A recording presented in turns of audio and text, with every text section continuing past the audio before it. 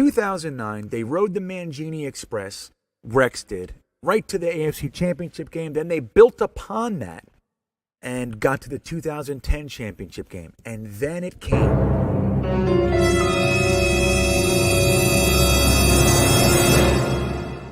The worst offseason in New York Jets history.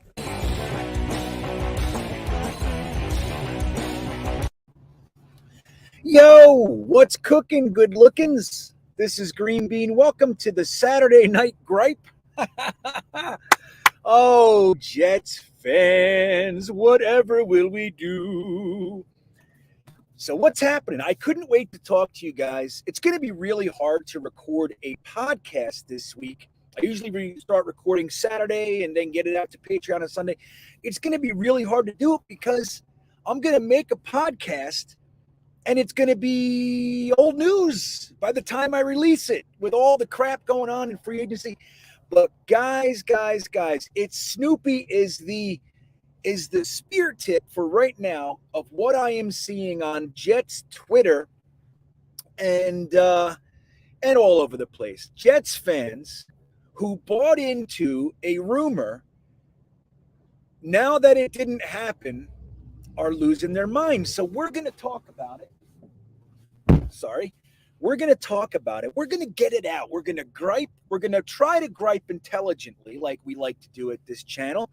And we're going to see where it is that the truth lies. Let's try to find the truth, huh? Look at that. Yo, Snoopy, or it's Snoopy, is feeling down. And you're not alone, Snoop. You're not alone.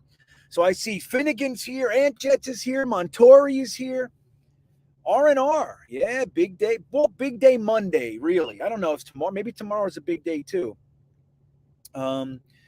Vieira's here. He's on the other side. And we're going to talk about this, man. We're going to try, again, to find the truth. What's the truth? You can have feelings one way or the other. Did you really want Cooper?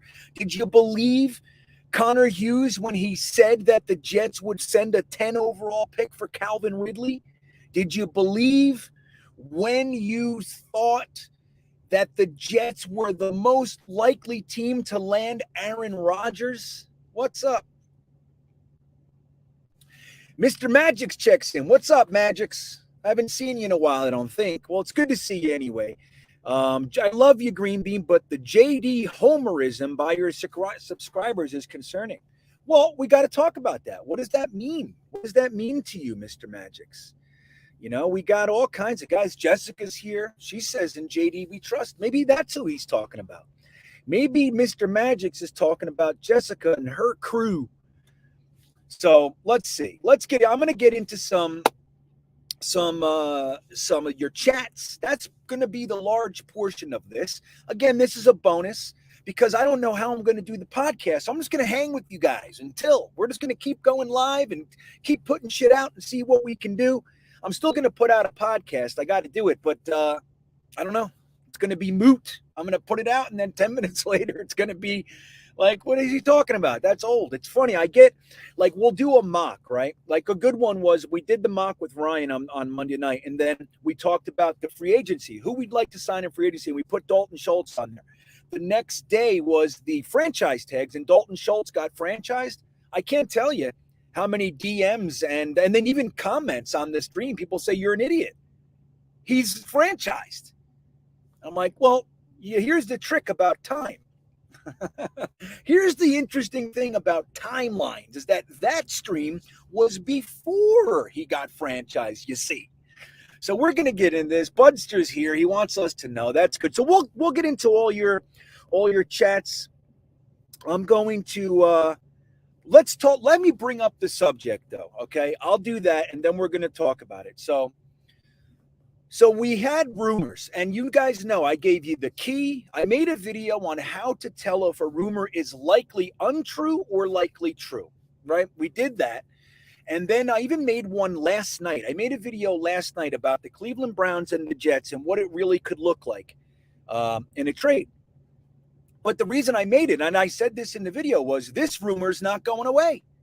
So usually a rumor comes, it burns itself off, and it goes away. But the Amari Cooper one stuck around, but that's all it ever was. Like somebody wrote on one of my timelines earlier today, before the Amari Cooper happened, it said, if anything's happening with Amari Cooper, it's not coming from the Jets, because we already know that the Jets are airtight. So whenever a Jets beat guy says anything it's not coming from the Jets. We already know that. So I believed the whole time that the Jets made the call. Like, yeah, hey, I think the Jets call everybody. I mean, I think Joe Douglas is relatively thorough. He strikes me as a thorough guy. So if there's an opportunity to get somebody, I thought he made a call. But I routinely talked people off the ledge. I'm like, dude, you're getting all bent out of shape about this Amari Cooper guy. It better happen. Like, we don't even know if it's ever even on the table. We don't know. So we had 2 trades in the last couple of days. One was Khalil Mack and one was Amari Cooper. Now, I think a lot of Jets fans were more onto the Amari Cooper thing. The Khalil Mack kind of came out a little bit more backdoorish, right? We didn't really see that one coming quite to the degree that Amari Cooper. So it surprised a lot of us. But what was the immediate response? JD sucks. So JD, one of 31 general managers that didn't trade for Khalil Mack, sucks because he didn't get him. Now the Amari Cooper thing happens, and we were tied to it. So they were saying it even boiled down to 5 teams. 2 of them were the Browns and the Jets. But we don't know if that's true. We don't. We can believe it one way or the other. You can say, fuck you, it's true. Stop. You can, but we don't know. We don't know if it's true. So when we're talking about a guy who is a number 1 receiver like Amari Cooper, you have to wonder why is the Dallas Cowboys trying to trade him? I don't think this is too interesting, really, but I don't think it's too hard to see. They're trading him because they cannot fit the bill for his contract, right? They gave him the contract in 2019. They traded a first for him in 2018. Then they gave him the contract in 2019. They got 3 years out of him, and they're getting rid of him because they can't afford the contract. They got Dak. They have Ezekiel Elliott. They want to maybe pay Michael Gallup, whatever. They have CeeDee Lamb there, who's also another one. So they're trying to get rid of him. But one of the things I want to point out is that we knew that Joe Douglas was unlikely to pay a wide receiver $20 million. Is that fair? Is that a fair point?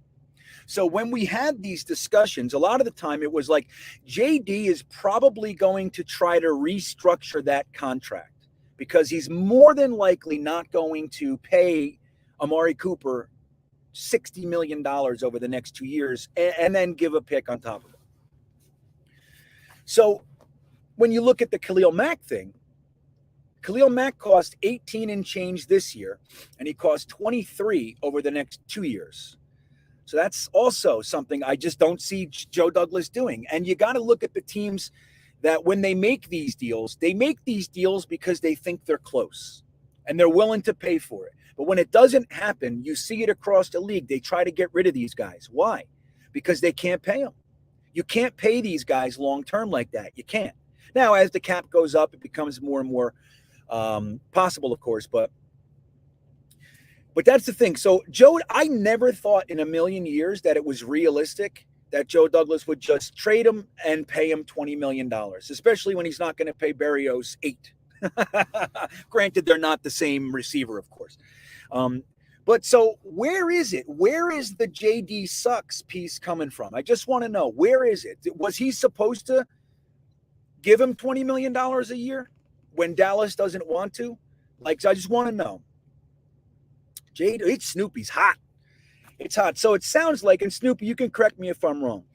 It sounds like you believed the rumor. You thought it was a sure thing and it didn't happen. So you're upset. Do I have that right? So I want to just tell you, while I am on the side of JD, I try to be constructive, right? I try to look at things and go, what the hell is this? What is this really? Because my emotions, they always come first, right? Not really, but in my brain, they come first. And my emotion that comes first is anger. That's my thing. It's my warm blanket. I get angry and that's my defense and I'll fight. I'll fight you. Like it's my protector since I'm a little kid. So I know that when I'm feeling angry, it's just like, okay, this isn't right. Why am I so pissed? What is it really? So we look at it now on the side of being pissed. you get Amari Cooper for essentially a 5th-round pick, and then they flip-flop 6. But that's, that's 40 cents on top of $20. That's 20 free, like, whatever. You know what I mean? $19.99. So that's enough. So they essentially got Amari Cooper for a 5th-round pick. How can you get a true number 1 wide receiver in this NFL? Granted, he had some injuries last year, but I don't think they're too bad or anything. Missed a few games. He had COVID, and he missed a couple games with ribs, I think it was. So I'm not really too worried about that. But how can you get an Amari Cooper for a 5th-round pick? Well, it's because most teams don't want to pay that contract. It's too much. It's too much to pay one player when you're trying to build a team. Now, the Jets currently have $48 million. A lot of us talked about it, and we can get up to like 65 or whatever, something like that. If we cut Van Roten and a bunch of other guys and Griffin and all those, we can get up to like $65 million. So, but right now we have 48. Do you realize that if we gave Amari Cooper 20 and our draft class is 19, that leaves us with, what is that? So that's 39. And so that leaves us with $11 million. Do you realize that, Snoop? Like, I just want to make sure that we're getting down to brass tacks and we look at things for what they are. I wanted Amari Cooper. I think it would be great for Zach Wilson to have a receiver of that caliber. I do. But I knew that if JD was going to do this, he was going to rework the contract. There's just no way. Amari Cooper has to be willing to do that. So do you realize that if we signed Amari Cooper with our cap situation right now and our draft class, which is estimated to be $19 million, that we would have $11 million left to build the rest of the team via free? Granted, some of those guys would be draft picks and such, but we would have $11 million. That's it if we paid Cooper. So I want to make sure that we do that. Now, the side of the picks, a 5th-round pick is easy to give. Shit. For Amari Cooper, we were talking 3rd last night. We were talking 3rd. And so, all right, I'm going to get to your chat. That was my spiel, trying to get to the bottom of it. So we got $20 million. You got the draft picks. The draft picks seem real. That was easy. We could have absolutely done. I don't think that's what stopped us if we were, in fact, involved. I don't think the 5th-round pick was too rich for JD. The $20 million, on the other hand, leaves Joe Douglas with $11 million after the draft class. So that can be an issue, okay? So that's what we're really talking about here. So Kent Freeman says, JD doesn't want to pay anyone that's injury prone. Yeah, I don't know if Amari's injury prone, but he did just have an injury. He's going into his 8th year. He's had 5 1,000-yard seasons. Last year he had 865 yards. He had he missed like 3 games, whatever it was. And also they had the rising of Dalton Schultz and CeeDee Lamb. They took a lot of offense from him. So that's one thing. So John Zabrowski says, hey, man, screw it. I want Treylon Burks, Christian Watson, and Jameson Williams and Alec Pierce. All 4 of them Zabrowski wants. So let's see. I'm going to get this. So who will the Jets pay? Well, I don't know. I have my ideas, Vibs. I have my ideas. I think they're going to prioritize right guard. I think they're going to prioritize that. I think that they will bring in a receiver, but probably in like a 15, cap, like 13 million kind of a thing, something like that. I don't even know if that much. So I don't know. I think we'll pay a guard. I think we'll bring in a defensive back. I think we might bring in a tight end. Budster, I'm going to tell you something right now. So he says JD's seat got hot. I'm going to tell you something right now. If JD's seat was hot, this is the move that a hot seat makes. So the fact that he didn't make this move tells me his seat is cool. He's sitting on a cucumber, Budster. That's me. Like, you got it, right? We just got to look at this. If you go and you trade $20 million, you trade for Amari Cooper and pay him $20 million, that's because you think something has to happen right now. Right now. And that's why Dallas traded for him in the first place. They thought they were going to go for a run in the playoffs. And they wanted the receiver. Right? Oh, I had Mr. Magic's right. All right, I'm going to catch up to the chat a little bit. I'm way in the back. If that was just Mr. Magic's replying to me. Um, well, I don't. All right, I know I'm so, a lot of Snoopy. He says, JD, you can take the caps off, though, JD. I mean, it's Snoop. No reason to yell. We know that's what you're doing. JD loves cheap Jags. I hate that approach. I think the better way to look at that is JD likes draft picks. That's what he likes. You know what I mean? I wouldn't call Carl Lawson and Corey Davis cheap. You can call them Jags if you want. You can do that, but they're not cheap. That's the realm that you want to be paying guys. The Carl Lawson's like in the top 10 of edge rushers too. So he didn't go cheap. When he sees the guy that he wants and he thinks he can be a contributor, he's going to pay him. But I think the right way to look at that is Joe Douglas up to this point, and he told us this in his first press conference, is that he wants to build through the draft. So what is it about the Amari Cooper trade that is throwing us over the edge, though? That's what I'm trying to figure out. Jacob Finnegan, what's up, Finnegan? He says Amari would check himself out of games. Even in 2019 against the Jets, he took himself out of the game. Is that accurate? I don't really remember that. I'm not saying you're wrong. I don't remember that. But it's possible. Is he known as a guy that's kind of like disengaged a little bit? I remember in Oakland, they said he was soft. Remember that? They said he was soft. And I don't know. But I haven't heard much of that since he's been in Dallas, but that could just mean I didn't hear it. So that's interesting. So Lucas says, why not restructure Amari's contract after the trade? Well, the thing is, because once the trade is official and he doesn't want to restructure it, now you're stuck with him. Now you got to hold out. You got all kinds of shit going on. So one of the things that probably derailed, and this is just me talking, if they were trying to do that, Amari could have told them, I'm not restructuring my contract. If they want me to take $20 million less, let them cut me, and then I'll go out and be a free agent. I'm not going to accept a trade to one of the worst teams in the NFL with the number 4 overall pick and make less money. I'm just not doing that. You know what I mean? So I guarantee it. He said, screw you. If I'm going to take less money, I'm going to pick the place I'm playing. You know what I mean? He's got a contract. He has 3 years left on that contract. If Dallas cuts him, there's a certain amount of money they still have to pay him, and then he can go out there and seek his own team. You know what I mean? So that could be something.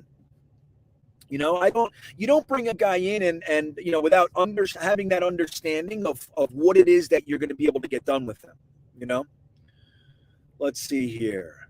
Oh, to bring King Joe, says Allen Robinson. I'm really curious what he's going to want. I can't see it being $20 million. All it takes is one, right, guys? It takes one general manager whose seat is hot and or thinks he's one player away from the Super Bowl to do that. That's it. Brian Regan. I'm looking at your picture. Oh, Brian. Okay, I was like, Brian Regan at one time was one of my favorite comedians. So guess that's not you. We are not one player away. We can get 3 or 4 players for $20 million by signing in free agency. We can move money to signing bonuses, not be stuck with the $20 million cap hit. Right.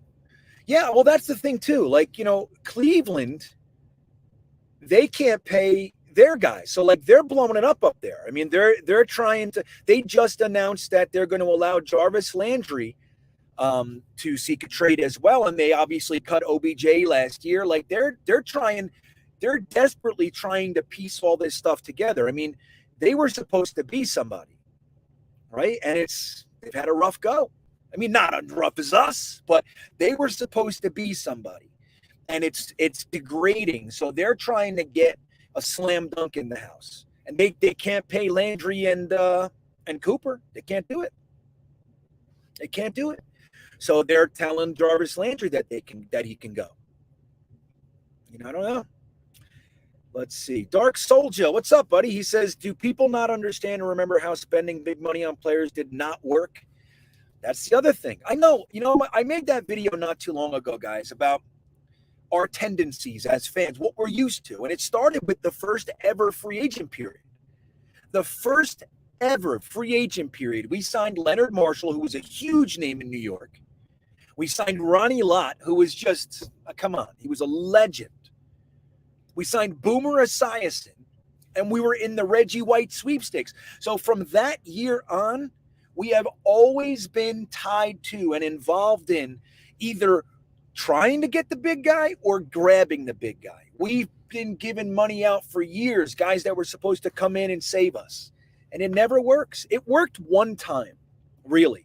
But that's only because they had a drafted core of players, and that was 2009 and 10. It worked.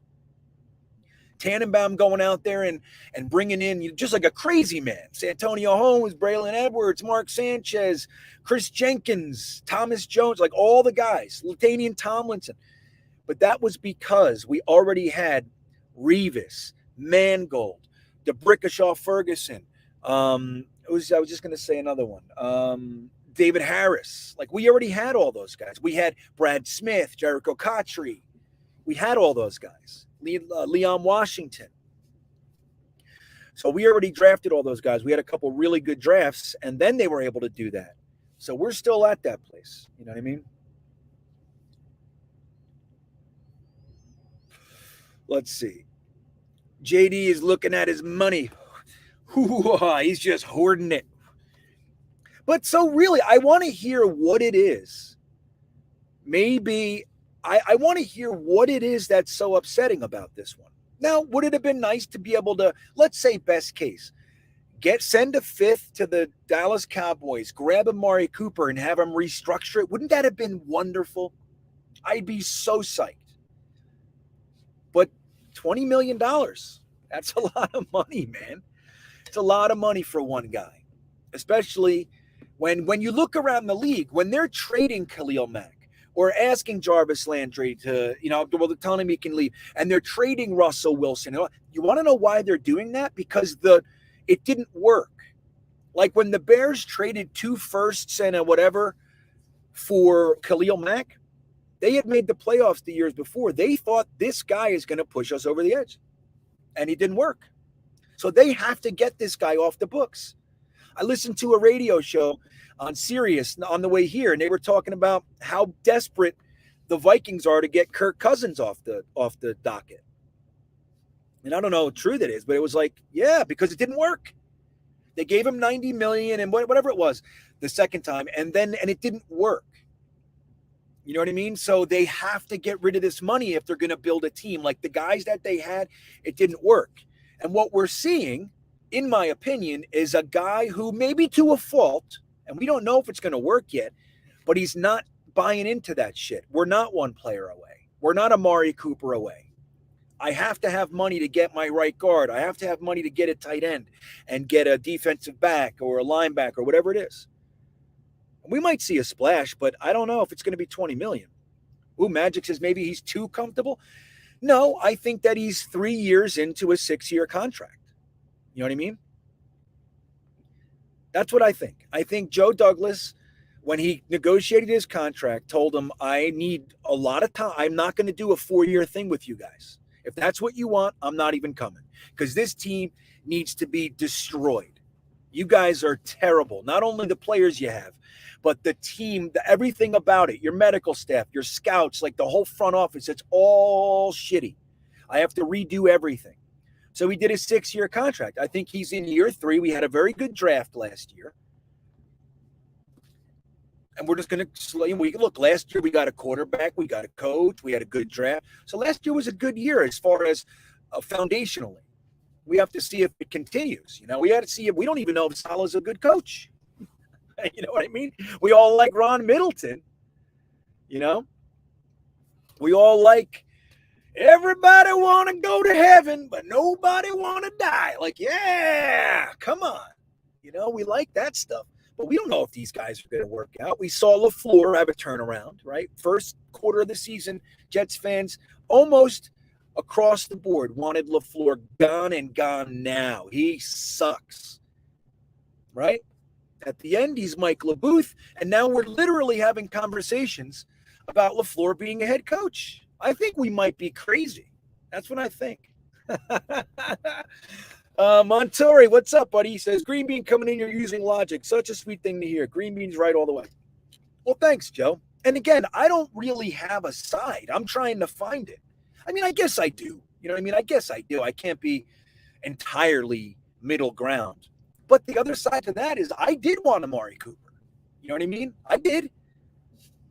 I'm not going to lie to you guys. I wanted Amari Cooper, but I knew he wasn't going to pay him $20 million. I said it how many times?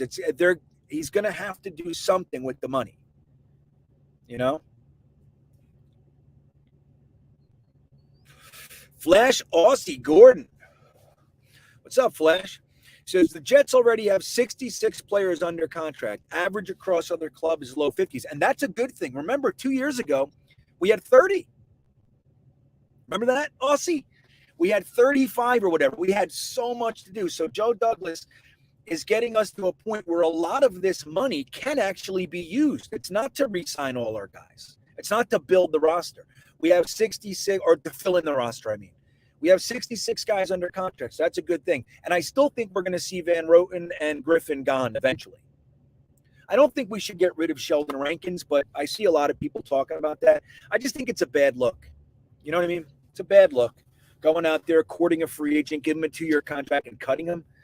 I don't know how well that's going to go around the league. You know what I mean?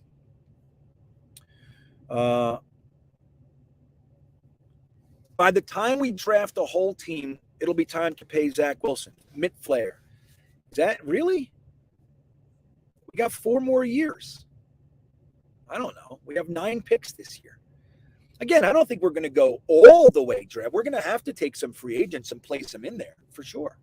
But even if we do, if we get 9 players this year, 7, that's 21, 32 plus the 10 we got last year, that's 42. Yeah, maybe you're right. Numbers. What are you going to do? Numbers. Yeah, again, I don't think we're doing 100% on the draft, but he's definitely made that clear that that's how he's going to build the core of his team for sure. Yeah, Joe Farrow says it. That's a desperation signing right there. Yeah, that's what it feels like. I mean, like, again, just to talk about that, when you don't panic and need to get a $20 million receiver, that says you're comfortable. If you need to do it, you're willing to sell the farm. I got to get wins. I got to get wins in here, you know? Half a decade? See, it's Snoopy. I mean, I don't know what you're talking about. It's his 3rd year. It's his 3rd. He's going into his 3rd offseason. You know? So you added 2 years on top of that. 2 and an offseason. He's only had 2 off seasons. So, I mean, I don't know. I mean, look, if we're on the side and we're angry, that's fine, of course. I'm just trying to add some logic and perspective. That's it. If he's at 5 years and we're still 2-win team, then we got something to talk about. We got something to talk about, guys. But it's not like you can say I'm making an excuse. I can say you just added 3 years on top of what you're talking about. So you're upset at going into the 3rd offseason about it being 5 years in. So I could say that to you, Snoop. You know? Let's see. Dark Soldier. Do people understand or remember? Oh, we did that one already. How the hell did we do that? I'm way back. Okay. Jay Perez says, JD is cheap. That's it. And my evidence is the results of next week. Oh, so Jay Perez he's telling us the future. I like it. I like that. He's cheap, maybe. Right. Brian Regan says if he wanted to restructure, he would have done it for Dallas. Yeah, probably. That's if they even want him. You know what I mean? There was that thing too. Don't forget, there were the rumblings out of Dallas, something about, and I don't remember the specifics, but something about he refused to do the COVID thing to get the inoculation. You know what I mean? Get the vax. So there were rumblings that could have had something to do with them not wanting him. So I don't know how strong the relationship is there, but yeah. I mean, we'll see. Like, let's say he decides to restructure with Cleveland. That's something. But the thing is, too, Cleveland looks better than us right now as far as a player. Dude, we look like the abyss. Let's be real here. Guys don't want to come here, and it's like he's going in his 8th year. Let's say he gets 10 years. He's going to have the last 2 years, be it with the Jets. You know what the perception is. Right. GMF says we are essentially in the 2nd year of rebuild. Correct. We are about to go into our 3rd offseason. And it didn't even start yet. I want to remind everybody that. But it's, that's the truth of it. We can have feelings any which way. But when you look at it, Joe Douglas is going into his 3rd offseason with the Jets. That's it. That cannot be denied. It cannot be argued. As a matter of fact, another point that could be argued is the fact that you remember when he was hired after that Mike McCagnon final offseason. They tied his hands even worse. They used all of his money, C.J. Mosley, Le'Veon Bell, on and on and on. They used all of his money and all of his draft picks. So they made the mountain higher right before he came in, So Ron Molake, what's up, buddy? He says it's not a good night to be out. So what's going on up there? You guys have weather?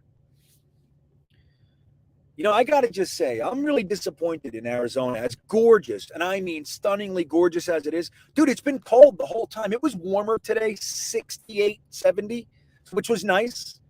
But shit, man, we came here. It's the winter. I drove 1,800 miles to get here, and it's cold. I don't like it. I wanted warm. That's why if I wanted to be cold, I could have stayed up there, right? I should have stayed in Florida. So ZM says, because of that lack of quality wide receiver left available now, and you could have rented Cooper for a 5th. What do you mean the lack of quality wide receiver available? Free agency didn't even start yet. There's all kinds of guys out there. And the draft. Isn't it funny? The combine was last week, ZM. We had all kinds of comparisons. Drake London is the next Mike Evans, right? We had Garrett Wilson, and then we don't sign Amari Cooper, and now everybody's like, we have no choices. We're stuck with the wide receivers that we have. It's interesting.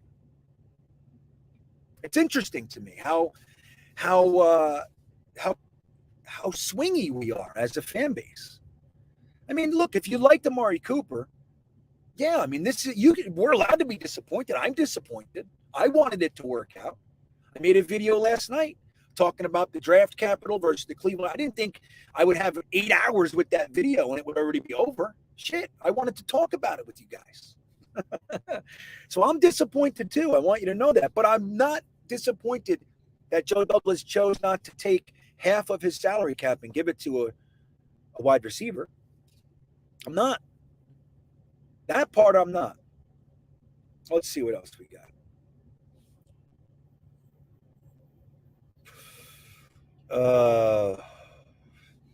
Kent Freeman, he says, trust me, I watch every Dallas Cowboys game. I'm a massive Cowboys fan, hence the reason I only have Cowboys helmet on my only tat. So was there another part to that when you say trust me? I do trust you. I trust you. I don't know what else you were saying though. I don't know, man. I don't know. My bad. I'm sorry. Let's say Allen Robinson market is still $16 million. Right. So look, even though that's a lot of money too, that's $4 million less than Amari Cooper. $4 million. We got C.J. Mosley. I'm sorry. Morgan Moses for less than that last year. We got starting right tackle for less than that all year.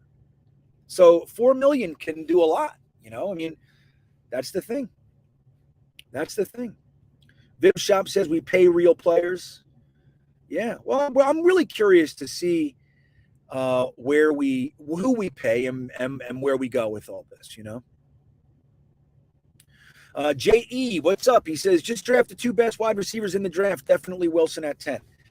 You know what's going to be really funny? I'm telling you right now, I am pretty certain we're not drafting a wide receiver in the first round. And Jets fans are going to lose their minds. And if they do, I'm not going to be upset. I think we could.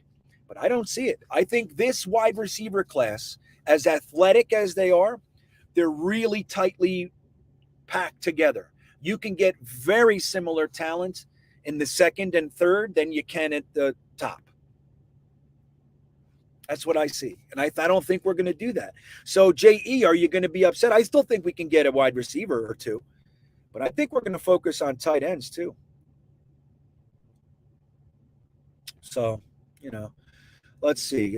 Kevin Vafadoost, what's up, buddy? He says, I'm really curious to see how we attack free agency this year. It will show how JD views the future of the team. I agree. I am very curious. And look, it starts in less than 48 hours, guys. That's when the negotiating window comes. And, I think we do have a pretty good idea that Joe Douglas is on the frugal side. Okay? Frugal? Is that a good word to use? Everyone said cheap. But I say frugal.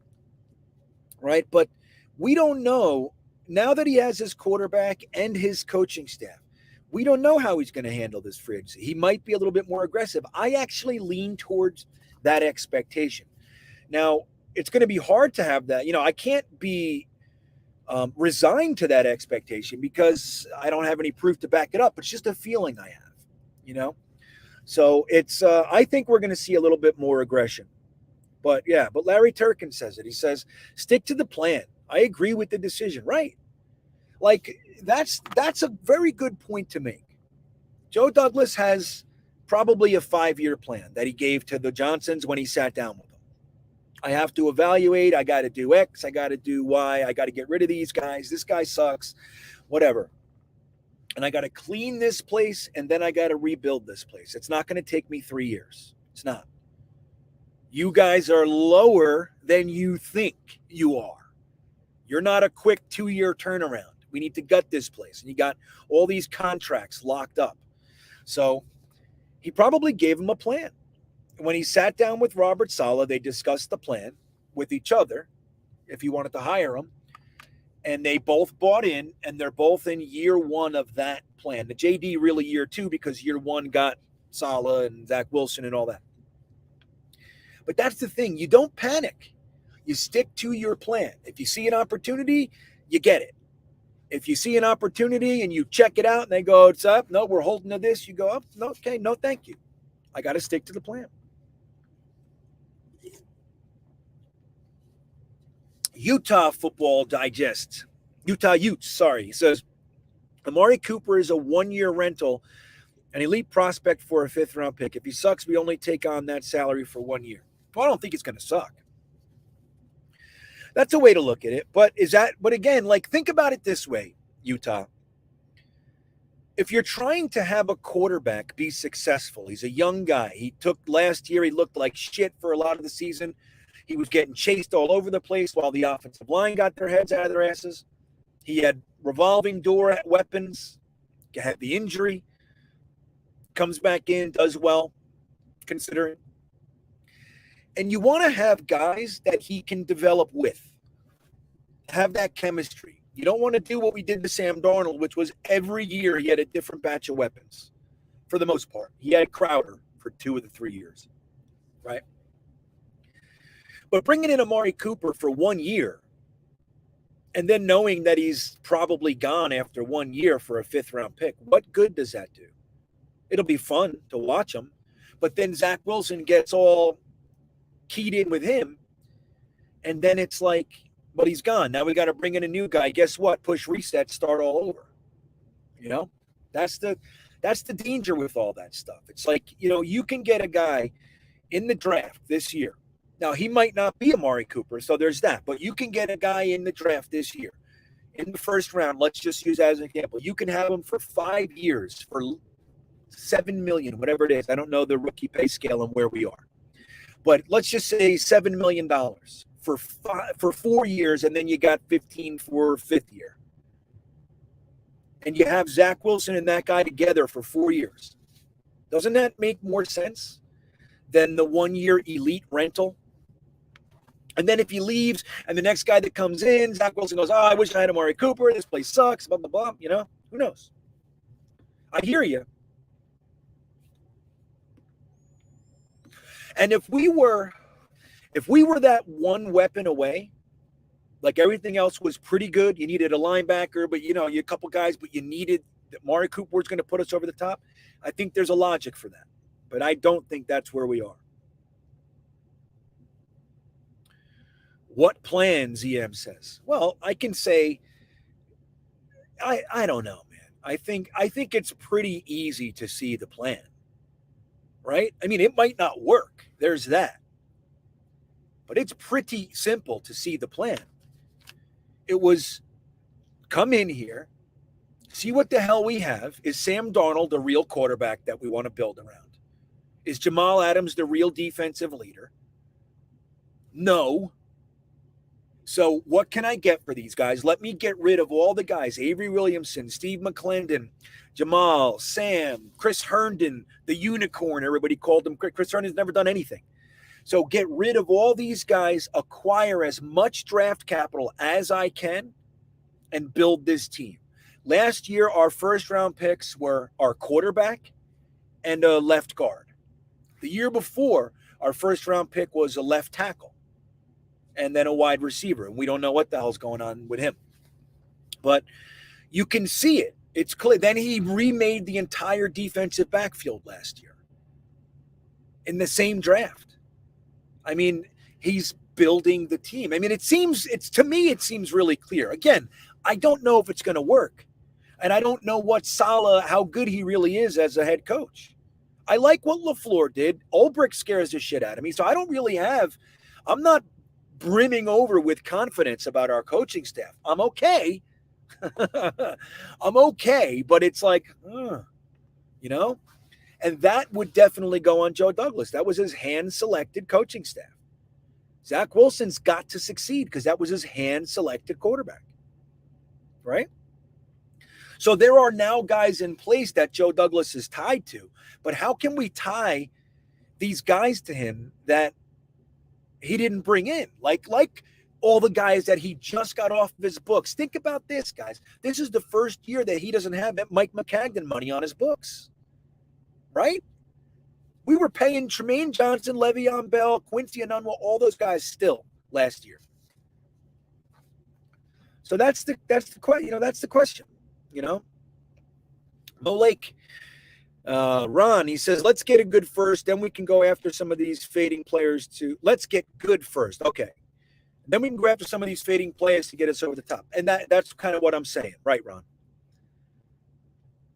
If you're going to go out there in free agency and bring in a guy, Joe Douglas, one of the things that we've definitely seen as consistent is he takes these swings on former first-round pick guys who are in a bad situation. We don't know if it's a situation or we don't know. And he takes a cheap swing at them. So that we're seeing. That's something that we can definitely say is one of his tendencies. He did it with Dotson. He did it with Jared Davis. He did it with Corey Davis. Right? So he's taken these former first-round picks and saying, come on in here while I do this. It's a high reward, low risk. And there you go. So that's one thing we can tie to him. But I think if he's going to go in free agency, more than likely you're going to see guys on the younger side if he intends to have them start. Joe Montori says, didn't we have the 32nd ranked D? Yet we're crying over Cooper. Yeah, I mean, look, I can't say that I don't understand people being upset. It's disappointing. But this is what the rumor mill does to us. This is why I tried all offseason to prep us. And that includes myself, man. I get into it. I'm like, look, when I read an article, which is rare, but when I read an article and they talk about a guy that the Jets are trying to get, I think, oh, man, wouldn't that be great? Bobby Wagner and C.J. Mosley, yeah. Yeah. I can't help it, but I just don't buy in too much because these guys don't know shit about the Jets. They really don't. They don't know anything about what Joe Douglas is thinking. And whenever we hear anything, it's bullshit. Just like Connor Hughes said that he had good information that the Jets were going to trade the 10th overall pick for Calvin Ridley. That's what he said. Did anyone believe that? Yes, because I got into discussions with dozens of people about it. He said his source was strong or whatever it was. It's crazy. Hold on. I think I saw a super chat. Let me see. My bad. Hold on. There it is. So, sorry, Kyle. I'll get to it next. So, JC says, happy we have a leadership team that has a plan. Create the team through the draft and supplement with free agency. The media will do their best to get the Jets fans in an uproar for clickbait. Exactly right. That's as good as I could have said it, JC. That's as good as I could have said it. I mean, again, we don't know if it's going to work, but it is refreshing, albeit slightly frustrating, that we're not the team going out there grabbing these guys, overpaying everybody, and then the next year, 2 years, we're stuck with trying to get rid of guys, and it didn't work. That's not us. Maybe we'll get there, but I like the fact that there's a guy in charge who knows what he's doing. Clearly, we might not agree with it, but he knows what he's doing, and he has a plan. Kyle Ornsby, Super Chat. Thank you, sir. Is it the end of the world? No, but it is annoying to watch the Jets sit on the sidelines while playmakers go for day 3 picks. Yes, hopefully JD makes moves.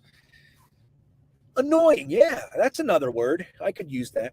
Well, you know what's really annoying, Kyle, is the fact that all these beat writers and tweeters made it seem real. That's annoying. That's where the annoyance comes in. But what's really happened this offseason? Let's take a look at it. What has really happened? Khalil Mack, $18 million, $23 million, $23 million, got traded to a team that's on the precipice of winning. Right? They've been building a long time there too. So they have a team that looks like they could be a player or two away. So Khalil Mack gets traded with his albatross of a contract, and they're probably going to try to rework that as well. Fair enough. And then Amari Cooper got traded. And then we saw Russell Wilson get traded. We were never involved in that. You know that. So what is it? I mean, so we're sitting on the sidelines, but what else really happened? Was there another one I'm missing? You know, so what really happened that we're not involved in? 2 trades, really. Was there some other smaller ones I might be forgetting? You know? I don't know. So that's the thing. It's yeah, I hear you, and I think annoying's a good word. Frustrating, right? That you'd like to see us be aggressive, but aggressive for aggression's sake is not it either. It's a day 3 pick. Yes, I don't think it has anything to do with the pick. I think Joe Douglas would have given him a 3rd if he could have got Amari Cooper down to 15. I think it's the contract, Kyle. That's what I think.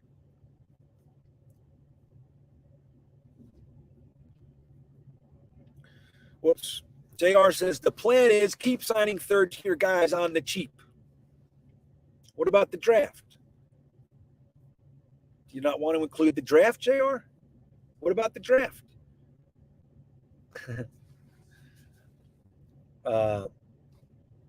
Mr. Magic says the plan is to keep pushing the expectations to next year. No, I think this year we have to take a jump this year. I think so. But again, I think it's really important to remember where we are. We're about to go into year 3 of a rebuild after a complete teardown. So, Amari Cooper. Now let's switch gears a little bit. Let me see something here. Oh, Jared. Thank you, Jared. Excuse me. He says, people think it's just on JD. Does anybody think that maybe the entire staff with Saleh have a system they want to follow and build a successful team? Yeah. I mean, that's the whole thing. I mean, ultimately, the financial decisions are on JD, right? And I think that he is the unchallenged, unequivocal boss. Finally, he just finished his first year as that. It's funny. So Joe Douglas is the boss, and I think he can override anybody else on the team. But like was said, if they're sticking to the plan, they've discussed all this. They know who could fit, who can't, who they want, how much are they willing to put towards that or this. They know all that stuff. They have a plan. Again, we don't have to agree with it, and we don't know if it's going to work. But I think it's pretty clear to see that. And right, like if they put $20 million on Amari Cooper, they had to look at who else they couldn't get. They had to do that. That's sound thinking. Okay, we want this guy. Let's see if it's realistic. Can I really afford this house?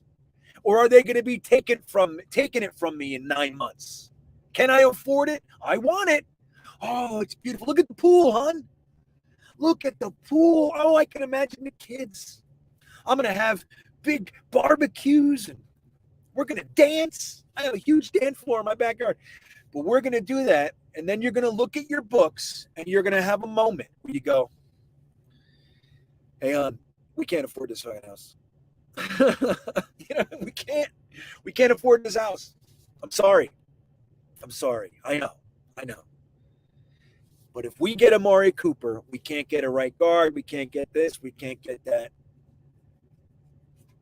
So that's probably something along the lines. Maybe not exactly. So It's Snoopy is rooting for a bad season. That's what he's doing. I'm telling you, I will rub this in all your guys' face next year when we are terrible. I promise you.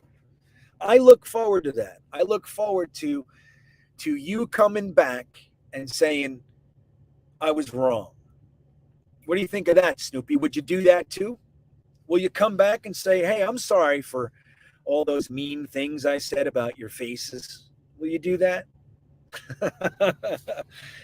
Yeah, why? See, this is the thing. It's like the Sam Darnold crew. The first 3 weeks of Sam Darnold down in Carolina. You know how many people came out of the woodwork saying the Jets suck? I told you.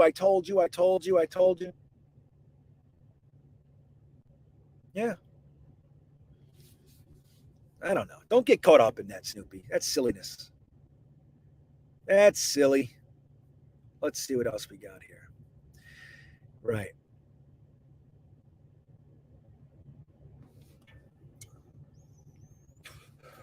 Hawks, has anyone watched Jake's full meltdown? Oh, he had a meltdown, did he? Wow. No, I didn't see it. Oh, I feel bad. I don't want him to be sad. I don't want him to be sad, man. But yeah, dude. So like nobody's told me what it is really that we think is Amari Cooper the one guy? Is that it? Like, is he the guy that we needed? Now it's over. Free agency hasn't even started yet. Are we done? I don't know. Knobcraft says, I'd rather see Matthew signed. Yeah, I don't know. I would have rather seen Cooper, I think. Because, like, look, let's be real here. Getting Zach Wilson a viable target that is a threat. And I think we have that guy. I think we have one. His name is Elijah Moore. But pairing Elijah Moore with Amari Cooper and then Corey Davis as the third, that would have been nice, especially if you add some nice, legitimate tight end action. That would have been great. And I'm not going to say otherwise. Getting Zach Wilson some weapons that he can grow with is important, though.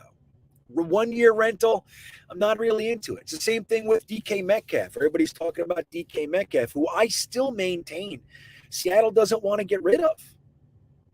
I don't know. He's 24 years old. Now, he's going to be expensive next year, too. They're estimating on PFF that he's going to get a $21 million contract for 3 years. So 84 or 40, right? Yeah, something like that.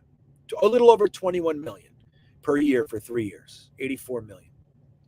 So that's a lot. That's a lot of money. So they might want to get out of that if they're cleaning the books. Maybe you do want to go, but I think DK Metcalf is the guy to build with. But like, think about it. If you trade for DK Metcalf, you have 1 year as a freebie, right? 1 year as not a freebie, but he's a cheap. He's $4 million and change, something like that. So he's about $4 million. So you get that 1 year, but then if you can't pay him the $21 million next year, what good was it? What good was it? That's the question. having some foresight, having, taken a look.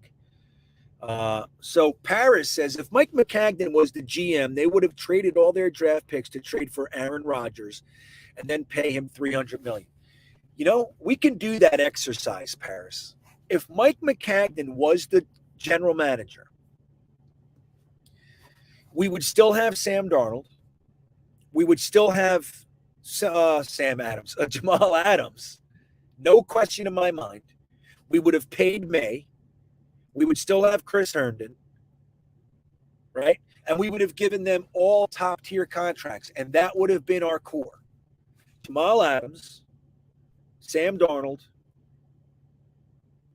and who else did I say? I already forgot. Oh, Marcus May. And we probably would be going out there signing guys like Amari Cooper and whatever else. We'd be in,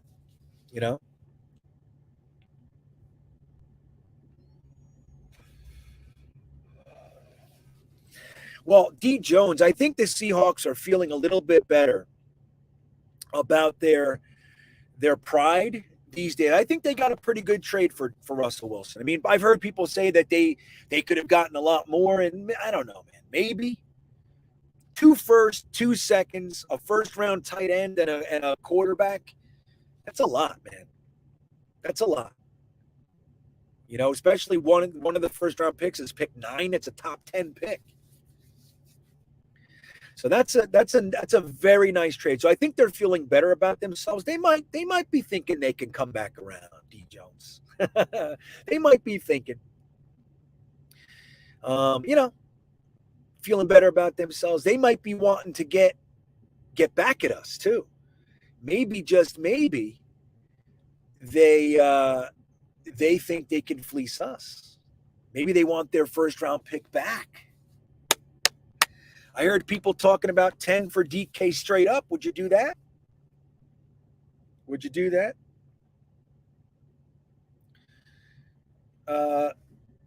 Hold on. Let me see something here. Yeah, Jeremy, I see you, buddy. Let me think about. Let me do that. I'll send you the link in a little bit, and you can come on. Jeremy wants to give something away. I heard he's got a operation game or something like that. Doesn't anybody want an operation game? Jeremy texts and he said, remember, if any one of us truly knew as much as we imagine we do, we would actually be a GM or at least a scout. Trust the process. Yeah, I don't know, Jeremy. I might disagree. I think I would be excellent. And I just never had a chance, man. I was just never given a chance. I could have been somebody. Guys. I know it. I was all messed up. I was having a hard time. Plus, I got into the addiction field and I helped thousands of people. So I don't regret, but man, I think I could have been somebody. I think I could have done it. I'd be wheeling and dealing. I can do that.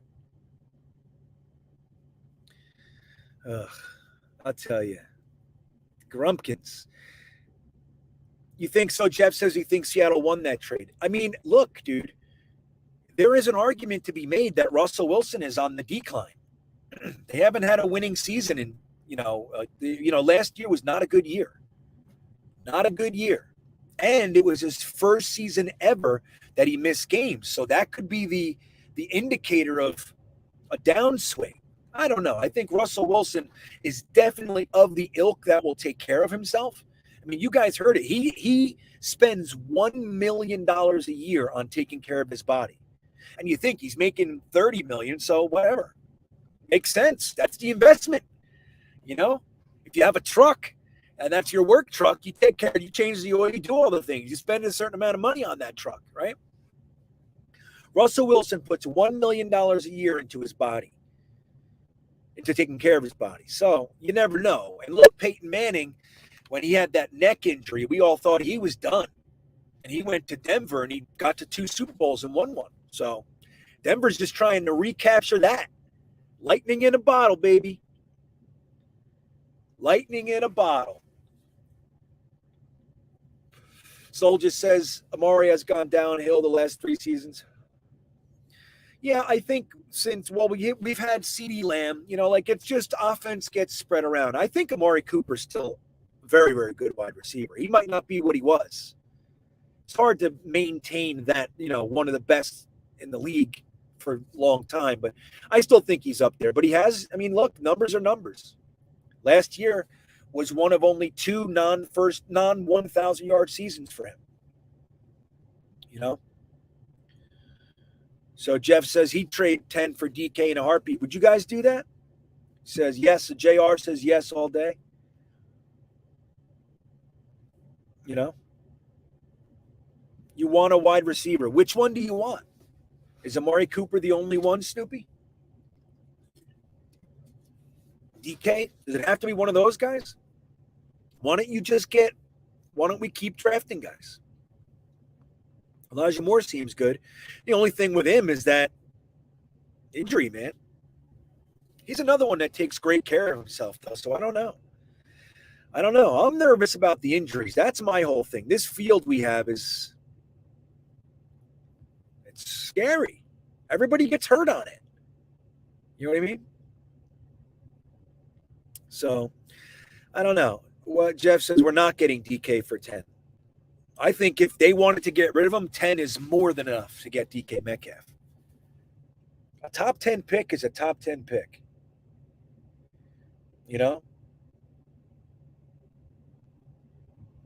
It's funny. I just looked at Twitter for 1 second. And if you're in here, straight 101, dude, what a crazy thing to say. We keep getting promised an active offseason. Dude, the offseason has not started. Yes, you can make trades, but the offseason hasn't started yet. Why are we so upset? J.E. says Moore is a 3. Really? Oh, I disagree, man. I disagree. I think Moore has the potential to be a 1. And I mean that, I think he has 1 all over him. If Zach has time, Elijah Moore is a surgical route runner, and I think he's a 1 all day. If not, he's a 2. 3, I don't know. So what other trades do we want? The offseason starts in less than 48 hours. The offseason begins in less than 48, and not even really 4 days, because Wednesday is the beginning of the offseason, but they let you negotiate on Monday, right? Noon. So what is it going to take? What trades do you want to make before then? I'd love to hear from Snoopy and Magix and the rest. Deli. What's it going to take for you to be happy? Is it only Cooper? That was it? Or what is it? First 24 hours of free agency. What has to happen? Mutt Viles checks in. What's up, buddy? He says JD avoided a $20 million cap hit.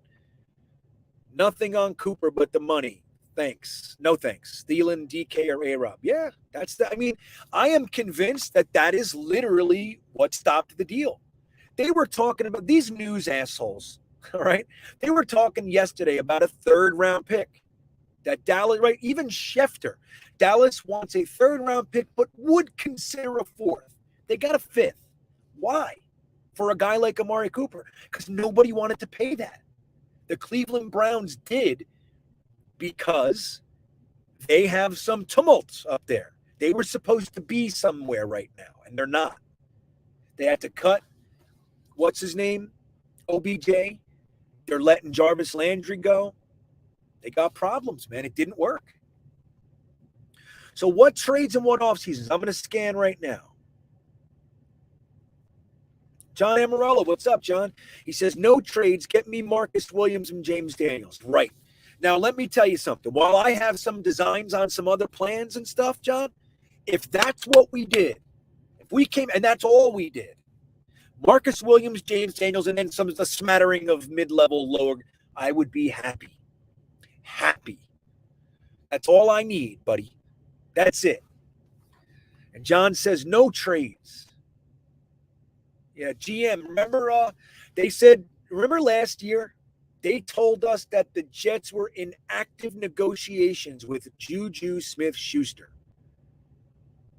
Bunch of hours later, 7 hours later, we signed Corey Davis. They know nothing. They know nothing. Now, I know nothing either, so don't get it twisted. I'm not trying to say that, hey, listen to me because I know. But putting any value or stock on their words, dude, it's not real. That's why everybody's upset, because they believed it.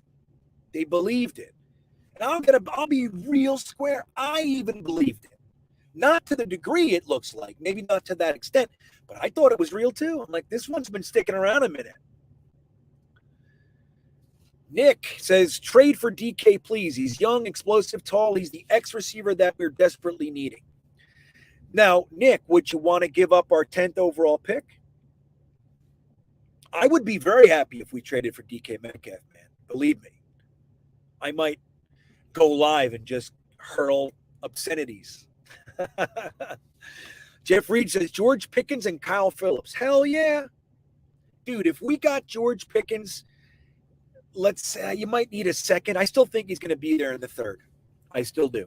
But I could be wrong. But let's say you get George Pickens with your second or third, and then you get Kyle Phillips in the fourth or fifth.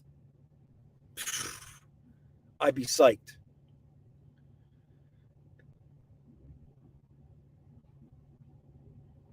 Yeah, but bang. But that's the whole thing. What good does that do our team? So if we give Cooper $20 million a year and cut him after the second year, what good does that do? What did we accomplish? That's what I want to know. Oh, Hepburn says sign Chandler Jones. I really wonder what Chandler Jones is going to be seeking. You know what I mean? Because don't forget, he had 10.5 sacks last year, but 5.5 were in game one. Game one. 5.5 sacks. I mean, he's still awesome sauce, but I wonder what he's going to get. You know what I mean? What do you guys think? Chandler Jones. I'd be happy with Chandler Jones. I just don't want to see us get a guy in free agency that takes away us grabbing our premium edge rusher in the first. That's what I want. Knobcraft. He says, the desire for instant gratification is soul-crushing. It's not even day one, and everyone is going crazy over this. Trust me, there will be plenty of disappointment once free agent actually starts. Right, so Knobcraft is saying, hey, man, slow down. There's going to be plenty of real reasons to be upset in a little while. Right? That's like your parents said, hey, you don't stop crying, I'll give you a reason to cry. That's free agency. That's what's coming. Snoopy says, I want Drake London at this point. You're going to need to use the 10th overall pick on Drake London, I think. I don't know if he'll slide to the second. I think he's in that top 5 wide receiver category, top 4-3 in this draft. That is funny, Knobcraft. That's good. D. Jones wants Carlton Davis, Tomlinson, or Daniels, Jensen, then cut McGovern. Huh? Why you want to cut McGovern? McGovern. That to me is interesting. Now, if you think he's a real upgrade, which I don't know if he is, or I don't know. I mean, maybe he is. But you go out there and you jostle up your offensive line that took 8 weeks to get going, and then you plug in a new center. And you're going to have to add a new right guard, and then whatever goes on with the tackles, and we're starting over again. I don't know. If they think he's an unquestionable upgrade, sure. Just make it better. Best guys on the field, right? Carlton Davis is, I think he's going to be like the third highest paid cornerback in this free agent class. I think that'd be fun. I would prefer to get a vet cornerback with our young group than add another young guy. That's what I think. So I'm with that. A-Rob and DJ. I don't know what the love with DJ Chark is. He's all right.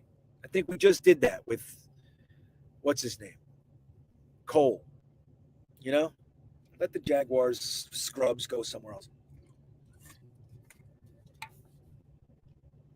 Mitt Flair says, at this point, the best available wide receiver is Allen Robinson. Well, hell yeah.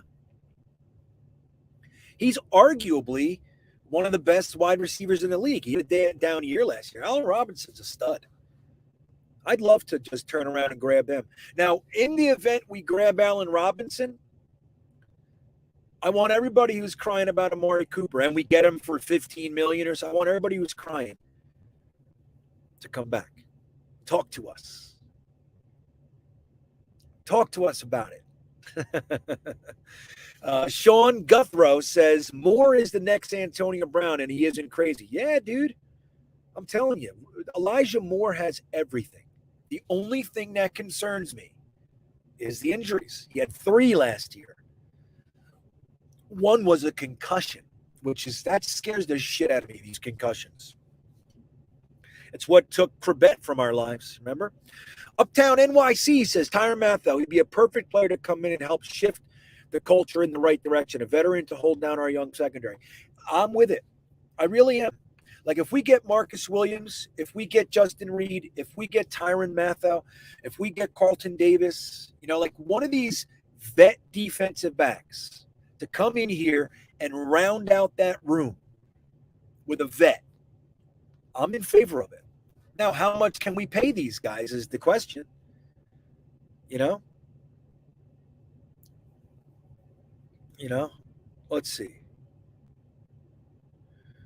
Let's see. Chandler Jones, Dennis Montalvo. So, yeah, he's seconding that one. So ZM says, we need to fill a need with an A-tier player, not a C-tier player. And I'll be happier. Yeah, well, I'm with that. I can second that. Now, what if the A players are coming from the draft? What if we're not using free agency that way? We get B tier with free agency, and the A's, we have 4 top 40 picks. What if that's how we're looking at it, CM? Would that work for you or no? The downside with that is you don't know what they're going to be, right? So there's that. But hey, man, four top 40 picks is pretty good. Yeah, Denver needs to clear space now. That's the thing, guys. This shit never works. It worked with the Rams last year, but they had a whole system in place, and they had a team in place too. They traded for Stafford at the beginning of the year. Then they went out and got Von Miller, and they brought in OBJ midseason. But their team was there. They did their building, and they had their system. McVay's been there for a while. He's not going into year 2. You know what I mean? McVay has been there a minute successfully.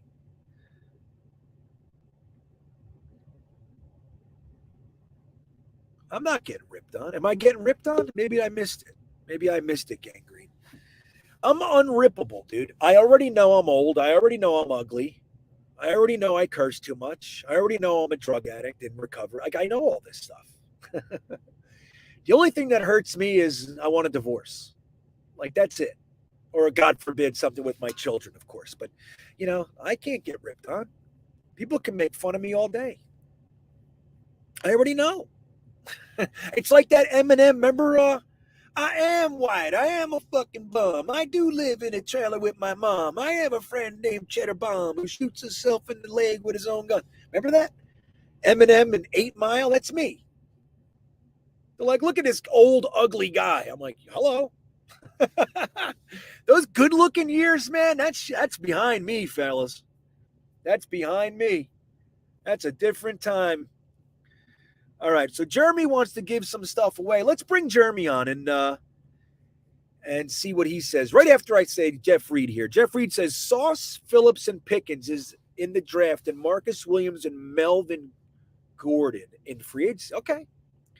That would be a pretty good situation. I'm not a fan of drafting a cornerback up top. You guys know that. I'm not saying I don't like Sauce. I don't want to use our first-round pick on a cornerback. I just don't. That's just me. If we do, I hope it's Sauce, right? I want an edge rusher, and I want Kyle Hamilton too. I don't give a shit what anybody says. I don't care.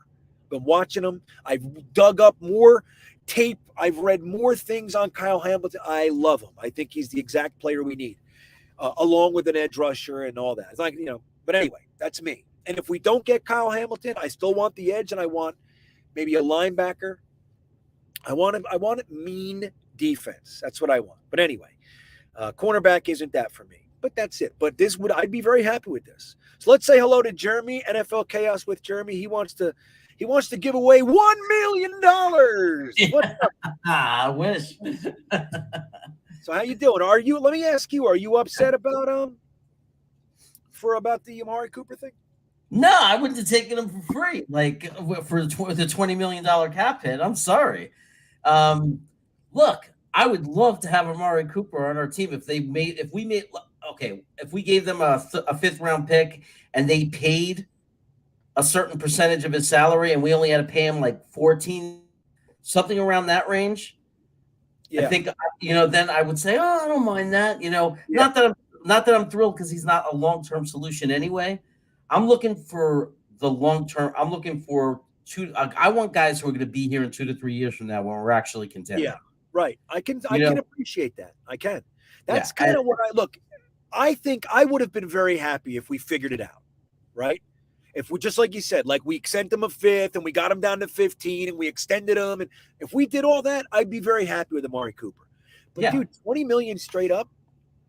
Well, people are acting like he's Jerry Rice. Somebody said it in the chat. It's like, I mean, look, I did the research. I looked at the numbers in the last 4 seasons. So I'm not counting his rookie year or anything weird like that. He's only missed a couple of games because of injury. In the last 4 seasons, he has averaged 973 yards per year receiving, 6.75 touchdowns, under 7 touchdowns a year, 70-something receptions. I'm not saying that's not good. I'm not saying he's not good.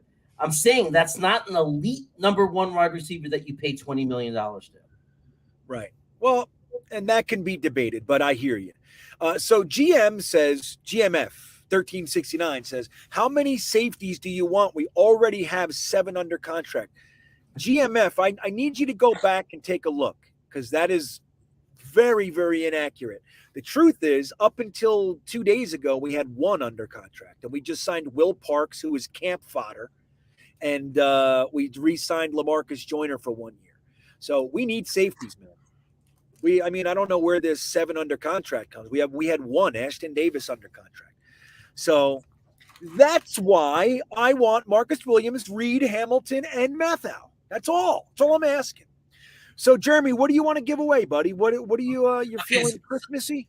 So I got a couple of options.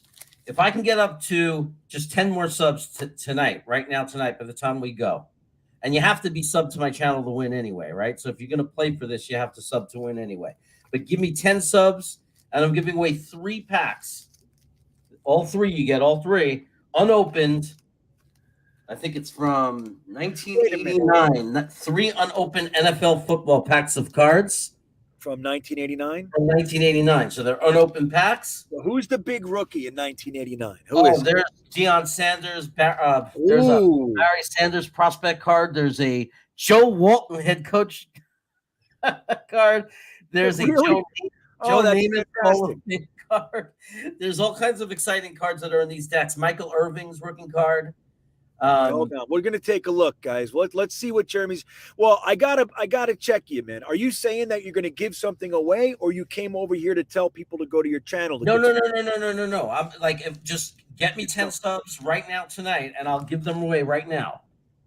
So because they have to go over to my channel and sub anyway. All you need to do is sub at my channel. Oh, that's bullshit.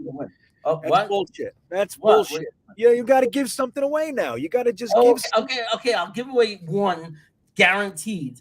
But if you get me 10 subs, I'll make it 3. How about this? If I get to 435, you get me 20 subs, I'll throw in Joe Namath. Okay, it's a Hall of Fame edition card. What are you going to give away, though, for the people that are already here? Okay, I'm already guaranteeing that I'm going to give away 1 pack of these cards from 1989. Now, what's the contest for that? No, we're just going to – okay. Well, I'll let you decide with me because the last time you said, you told the guy ahead of time. So we'll decide that together. Dude, if you guys didn't see it, Jeremy was giving away T-shirts and in a very touching, loving gesture. But boy, did he botch it. He had like a number on his channel, and he said, okay, the first person to get this number wins the shirt. So he says, John Campione wins the shirt, and everybody, yay! And then somebody says, John Campione didn't win it. It's somebody else. So then he gets to go back and he goes, oh, shit. Yeah, you're right. Gitmo Bob won the shirt. And then he goes, oh, Gitmo Bob. Oh, okay, I'll give away both shirts. Okay, I feel bad. And then we find out neither one of them won it either. So it was David Gerard. So Jeremy gave away 3 Green Bean shirts. That was hilarious. Oh, man. Let me tell you something. We already went up 4 subs, 319. If we get to 325, I'm giving away 3 packs instead of 1. So the winner will get 3 packs instead of just 1 pack. If I get up to 440, I'm just saying I'll throw in the Joe Namath card. Okay, good. All right, guys. So let's real quick take a look at this draft here. Wait, I can't. How do you make it bigger like that? I can't. I don't have a mouse that does it. So there we go. Oh, yeah, baby. All right, so let's look. So the first overall pick was Troy Aikman. The Green Bay Packers followed that with Mandrich.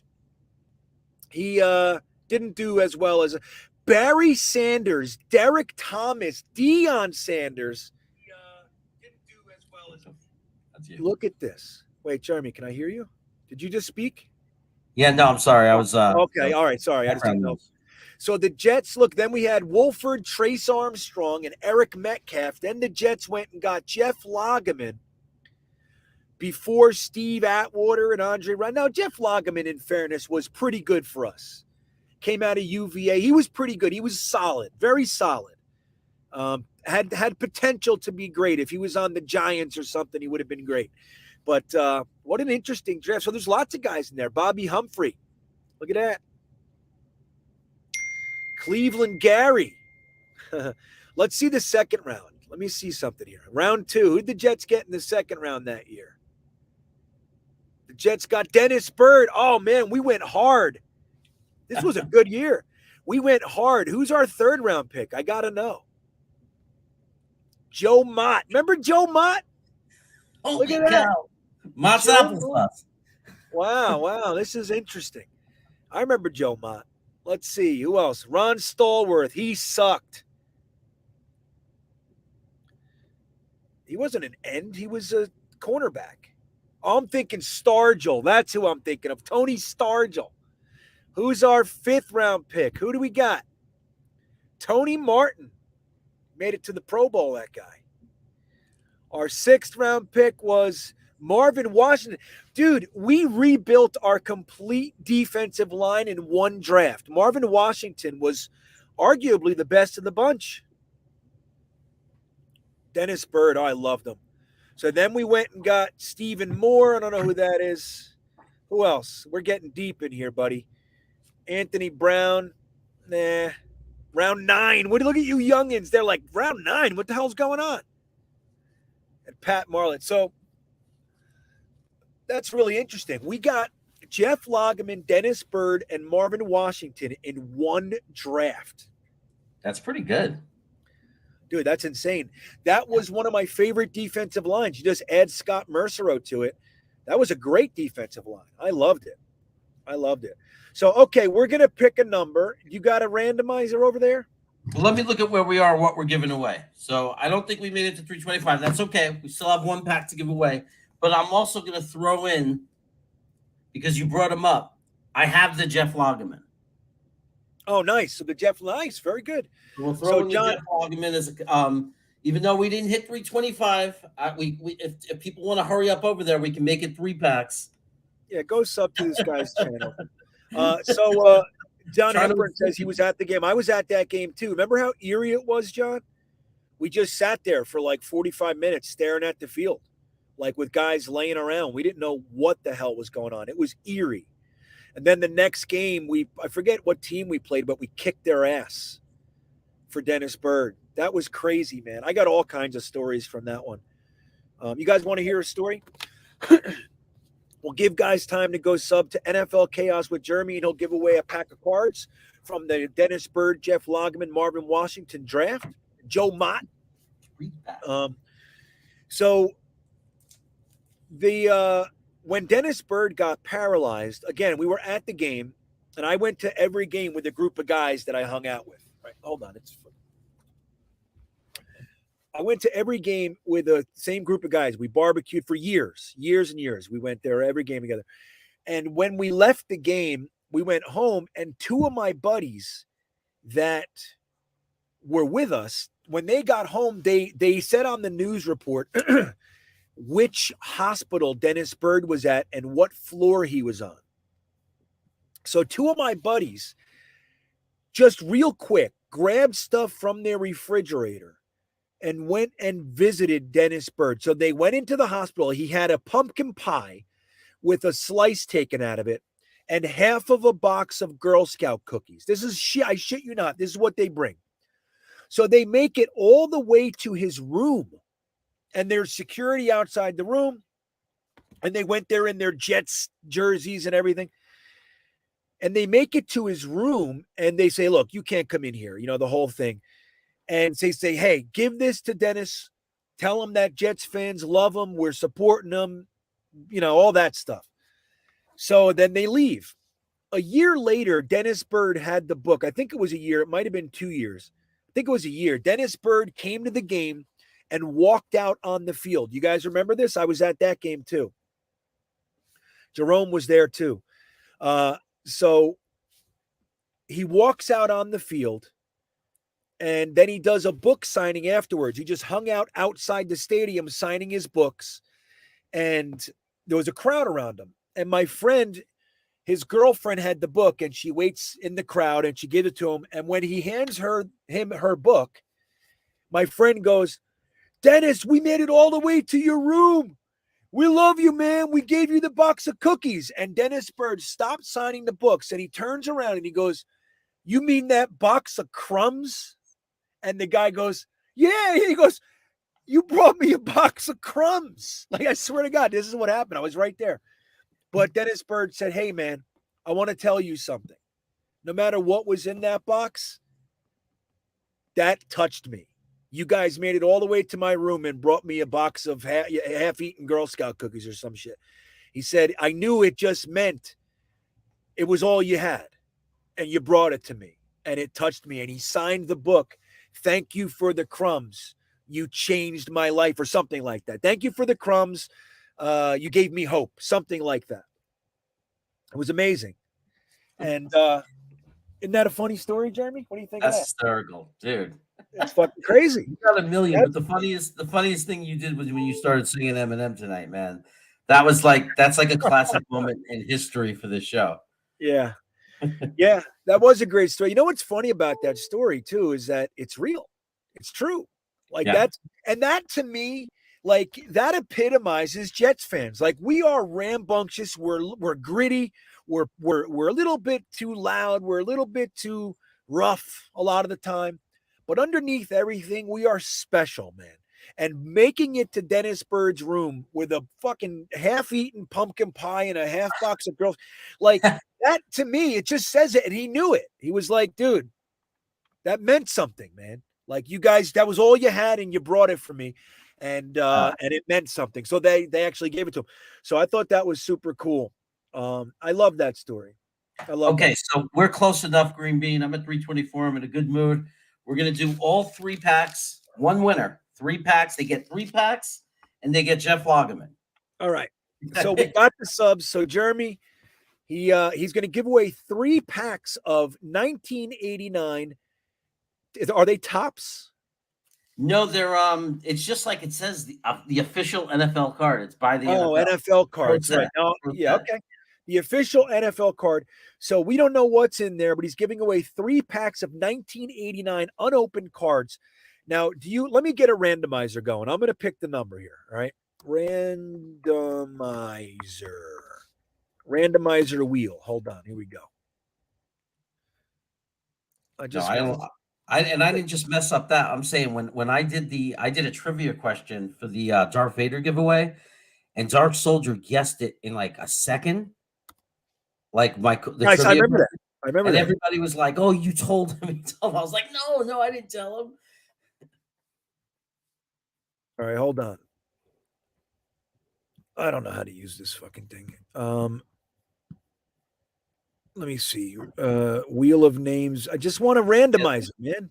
I know if you say random number generator in Google, I got like a spin wheel that did it. Like you spin a wheel, you put the range in, and There we go. it worked Random pretty good. number generator. Hold on. 1, 2. I'm going to do 1 to 200. 1 to 200. Okay. All right, Jeremy, I'm going to put the. Are you guys still there? Oh, shit. I thought I lost you guys. Someone is saying something in the chat that's just not true. Someone's saying I was saying that the Jets are going to trade Zach Wilson to Seattle. It's so ridiculous. Yeah. That's like the last. If you said it, I said it. Whatever. The last person in America that would say that. All right, listen. So the numbers in the private chat, Jeremy, do you see it? All right, guys. So here we go. I see it. Yep. A number from 1 to 200. The first person starting right now gets it. Okay, gets 3 packs of cards from Jeremy from NFL Chaos. So go ahead and guess a number 1 to 200. Okay. There we go. Oh, Mikey Mouse comes out of the gate. Johnny Morella. Do you see the number, Jeremy? Yeah. All right, here they come. Here they come. So they're coming fast now. All right. Okay. Whoa. We're looking. So there's we got some that are close. Tony G's guessing pie. Pie 3.14. Yeah. Wow. All right, let me see here. I'm trying not to miss it like Jeremy. I don't want the same debacle. I know. It's like gets us everything. Because it jumps, There it is. Yep, I see it. JR, right? JR, you got it. Even though you're a little bit of a grumpkin tonight. See, I think it's perfect that JR won it. He was feeling a little down, and now he gets 3 packs of 1989 cards. JR, I think it would be cool. Okay, the contest is over. JR won it. JR1068 wins 3 packs of 1989 cards. It would be really cool if you showed us like the best cards in it in the pack when you get it. Wait a minute. What does it say? Wait a minute. What does he say? Hawk saying the video is literally in your videos. That's what it's called. Yeah, I fucking YouTube. Yeah, Hawk is I know who he is. It's abbreviation. No.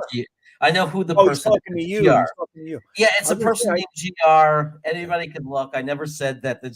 Go ahead, look at it. It's 628. Yoshi says it's at 628. If you guys can cut clips now on YouTube. Show me the clip. We'll get Jeremy. We'll roast them. Oh, wait a second. Is he talking about the sarcastic video where I was making fun of the beat? Oh, I don't know. Yeah, it's ridiculous. Come on. So the number was 66. Everybody congratulate JR. Yay, JR. So I'm JR. I'd really like to know what rookie cards or what the best cards in the pack are. Rookie cards are the deal though, right? It's like if you get somebody's rookie card, maybe you get a Dennis Bird rookie, dude. It could be in there. That'd be great. He's not a first-round pick, but still, that's good. That's good. So congratulations. I hope this makes your night turn around. Let me tell him how to get it. So JR, you can Twitter, follow me on Twitter and send me a DM to @JeremyCravat2. Or just go to the channel in one of the comments of a video, just put your email, or you can email me at jcravat@gmail.com, JKREVAT@gmail.com. I'll put it in the chat.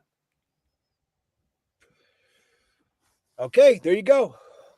So, all right, guys. Well, look, this was a lot of fun. I hope. Look, just to summarize what we've talked about tonight.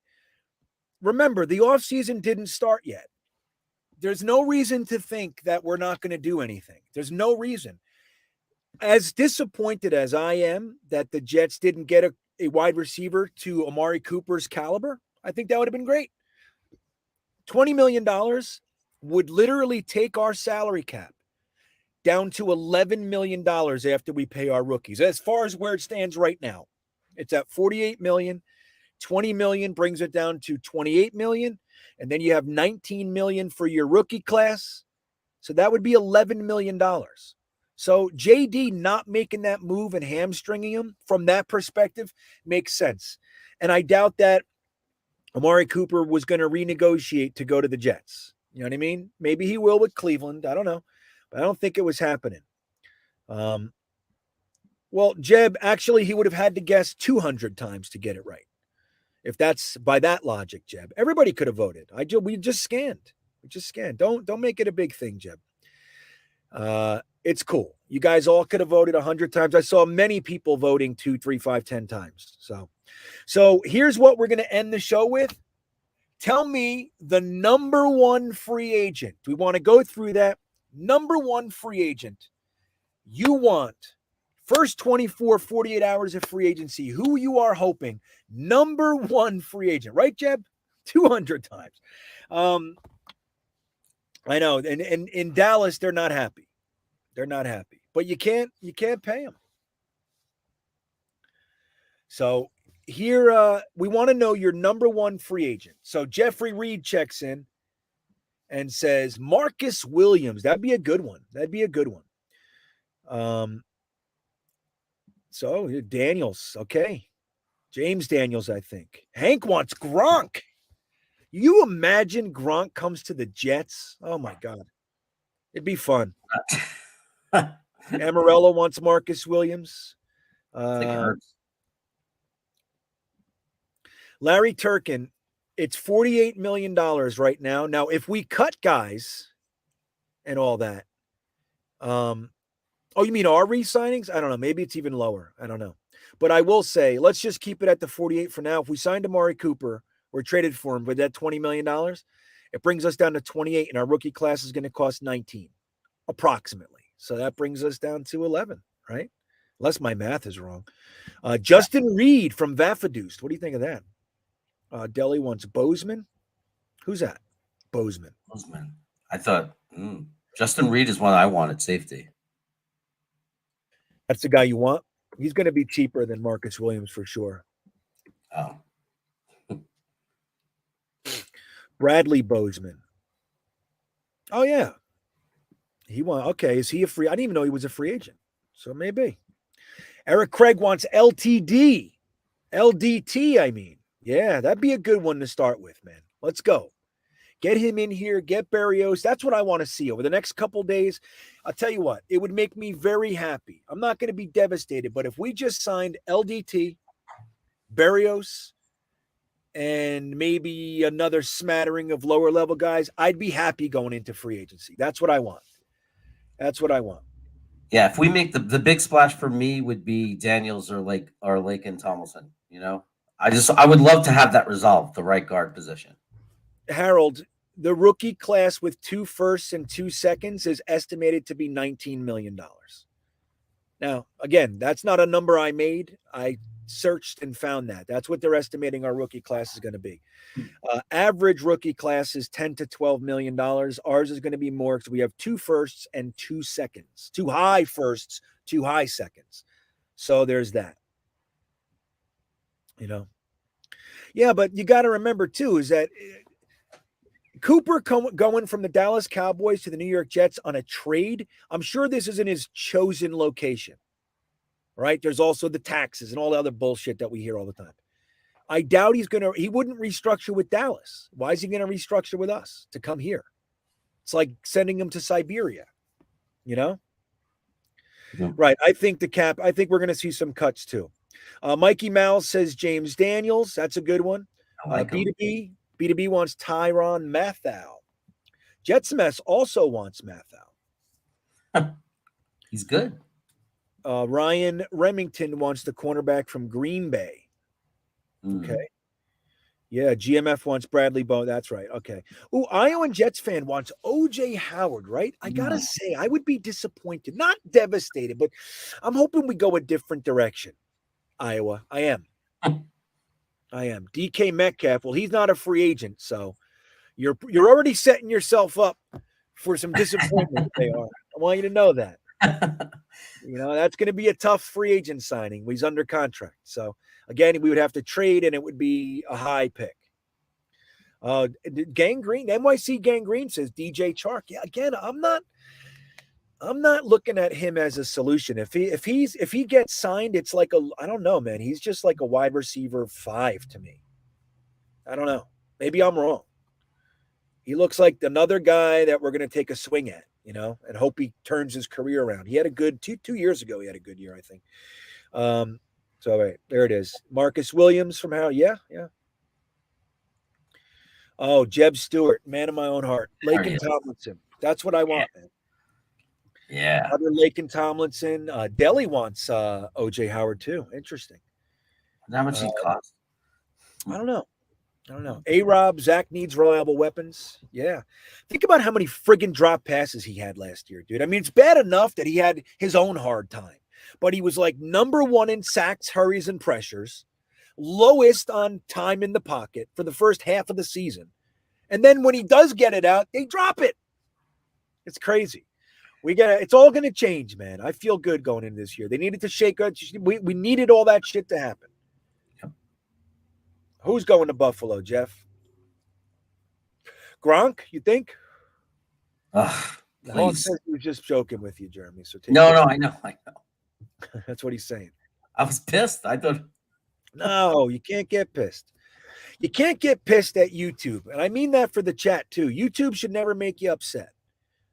Unless they're doing to me what they were doing before this. They wouldn't let me sign on. I don't know what that is. That pisses me off. Yeah. Melvin Gordon. Okay. There's a few running backs. So you got John Connor, or was that his name? John James Connor? From Pitt. He was originally from Pittsburgh. Yeah. James, right? Then you got Melvin Gordon. He's another one. We have Coleman. He's still out there. Yeah, there you go. Calvin Pryor and Jason Marrow. Get him out of retirement. That was a good draft. Cooper will be sorry he didn't come to the Jets. There you go, Jim Pock. There you go. Not that he had any choice in the matter, but, Antonio Brown, Mikey Mouse, he walked off in our stadium making a statement. This is where I'm going to come play. I want to play with you guys. He liked the fans. He was very friendly with the fans when he left. Yeah, well, because they were the only people there. He wanted somebody to cheer for him. Shaq Lawson sucks. I agree. I mean, he doesn't suck, but he's nothing special. You can upgrade that for sure. He had a pretty good run stop rate for a while there. Let's see. Finkel and Einhorn. There you go. Melvin Gordon and Marcus Williams. Pretty good. When will a decision be made on May? Jetsmess says. I have a sneaking suspicion a decision has been made on May. That's what I think, Mess. I think the decision is already made. But who knows? I mean, I'm really curious to see what that looks like. I mean, he's got a suspension coming, all kinds of fun stuff. You don't know what his Achilles looks like, Fun stuff. Yeah, he was mad at the Cooper issue. That's funny. I'm not. I mean, I'm disappointed that we didn't get a player, but I never bought into it. That's the thing. I mean, I was like, I thought it was possible, possible. Like I tell you guys all the time, man, try not to buy into these guys. Their job is to stir you up so you feel like you feel tonight. That's all it is. So Jeffrey Reed would love to keep May. If it's cheap, I'd keep him too. Cheap. I'm not giving him what he wants. He blew it, man. He made a terrible judgment call. That agent screwed his client hard. He could have had 3 years at $8 million, if whatever. Should have did that. Shane Howard says, I'm bitter over Cooper, but what if we trade with the Saints for Michael Thomas and their first-round pick in exchange for the 10th pick? We're helping them with books. Because Michael Thomas has been injured for 2 straight years, hasn't barely played. That would be – where do they pick? Let me see. Where do the Saints pick this year? 18. So we would trade back 8 spots and get Michael Thomas. I don't know. I mean, it depends on his medicals, right? I mean, I loved Michael Thomas. But he hasn't played really in like 2 years. He's been off the field a lot. So I don't know. I think they would do it. Slide up to 10 and just give away a guy you don't want who's super crazy expensive. What's his contract, man? He's not cheap either. He signed that huge contract. Let me see. Michael Thomas contract. Let me see. I'll tell you right now. Michael Thomas is he signed a 5-year, $96 million contract. Hasn't played since. Let's see what he's got left. This year, oh my God. Okay. 2022, he's only 13 million, but then he goes up to 28 million. If the Saints get rid of him, it's a $37 million cap hit. So they can't cut him. He's stuck. That's 15 million in dead money. So then he's 28 million and 27 million. Jesus Christmas. See, that's what happens, guys. These GMs, they just keep pushing stuff down the road. This is what happens. They would die to trade Michael Thomas, Shane. They would love it. Love to get him off their books. Yeah. I mean, the truth is, while I'm not saying he's did this on purpose, since he signed that contract, he's done very, very little. He's making tens of millions of dollars, and he's done nothing. So I don't know. All right, guys, I'm going to get out of here. Just a very spontaneous Saturday night gripe. I hope you guys had a good time. Jeremy, thanks for coming on and giving away some goodies to everybody. Well, I got an exciting promotion for your Thursday show. Oh, what do you got? What do I got? Okay, so this is, and I'll give away something no matter what on Thursday. I want to say that. I'll give away something no matter what, so don't worry about it. There'll be something. But if I hit 400 subs by Thursday night, so I am going to give away a complete set, 1992 Don Ross, the complete Major League Baseball card set. The entire set, 808 cards, full set, Don Ross, 1992, the complete set. If I'm at 400 subs, and I'll do it on your show, if I'm at 400 subs by the night of your show. Okay, well, that sounds fun. That's good. So somebody's saying Michael Thomas just restructured, so I didn't see that. Let me see. I don't know. I can't do all that now, but that would change things, right? If he restructured his contract, that obviously would change things. But again, you have to look at his injuries stuff, man. So it'll be interesting, guys. Remember, don't let them get to you. Don't let the beat and the media get you upset. Don't let them do it. So we'll see what happens. We got a couple more hours, one more day, and then we go into, what do they call it? One and a wake up, guys. One more and a wake up. That's all we got, and we'll see what free agency really looks like.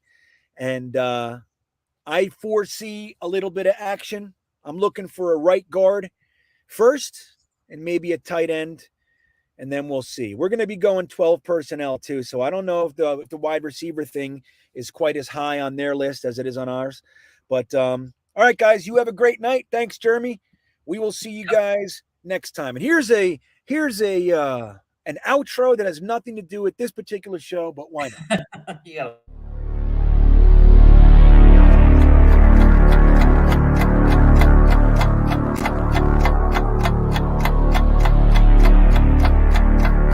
Going to be day one, a violent vertical edge setter. We competing today. I see some gas on this. Get that mindset to put your shoulder on somebody. Dig, drop, you're finished.